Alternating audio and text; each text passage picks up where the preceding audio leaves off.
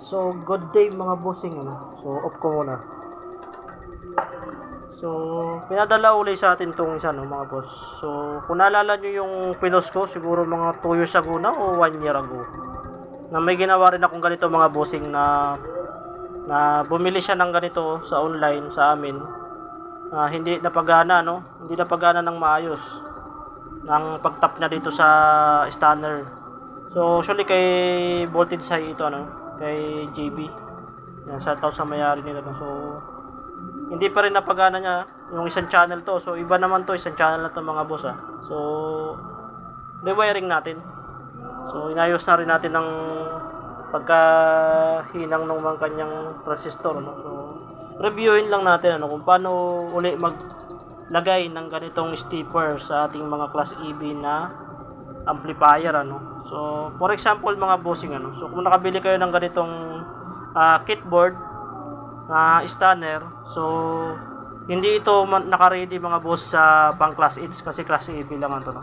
So, ang gagawin nyo dito, kung maglalagay kayo ng stepper para sa high, so i-make sure nyo mga boss na kayang mag-handle ng, depende kung anong supply na gagamitin nyo. So, make sure nyo lang na kayang mag-handle ito ng high voltage yung kanyang driver. So, sabihin natin, for example, 5100.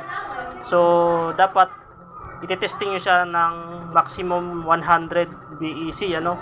So, ganun para malaman natin kung gumagana siya sa 100 na hindi siya magkakaproblema. So, ikakat kasi ito mga bossing. So, yung stage board niya, ito kasi yung stage board niya, no. So, andito yung kanyang starting ng stage board. Kung hindi ako nagkakamali, dito yata sa pangalawa, itong may 5 watt na to. So, ikakat kasi yung voltage, yung sa high na voltage, ito, oh, yung high na supply, ikakat yan. So, ang ikakat itong connection, tapos kasi ang i-connect yan dito, yung low na. So, ito yung rail na to, no. So, nakakat na itong connection niya ng kanyang stage board papunta dito, no. So, kabilaan yan yung positive tsaka yung negative, no. So, dapat nakakat yan. So, yun yung unang mga boss, ano. So, dapat yung driver niya kaya mag-handle ng requirements na gusto nyong ikabit na na voltage. So, dito naman tayo sa stepper ng mga bossing.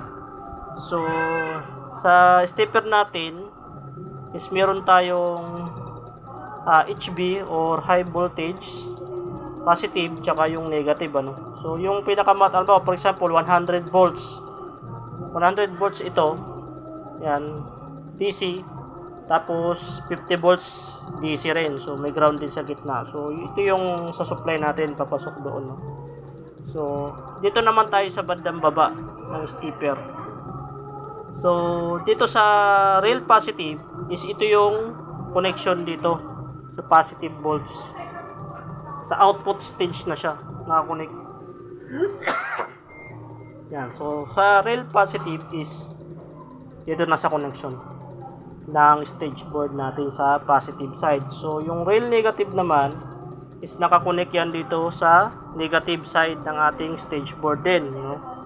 So, yung supply naman ng ating high voltage is naka-direct lang yan mga boss dito sa ating supply sa high. So, naka-direct lang yun. So, kung nagsuswitching lang kasi talaga dito yung ating low.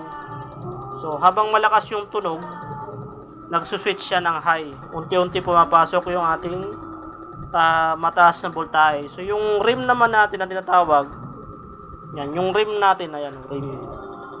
So, yung rim naman niya, nakakonect yan dun sa ating emitter side. So, nakadirect dapat yung sa ating emitter. So, hindi pwede nating isabay sa ating speaker protect. Kung kailan siya magsuswitch, saka lang siya gagana. So, dapat hindi. So, dapat nakadirect siya dito sa ating emitter. So, yun lang mga bossing, ano. So, review lang tayo kasi ito sa pangalawa na tong driver ni bossing. Yan, thank you.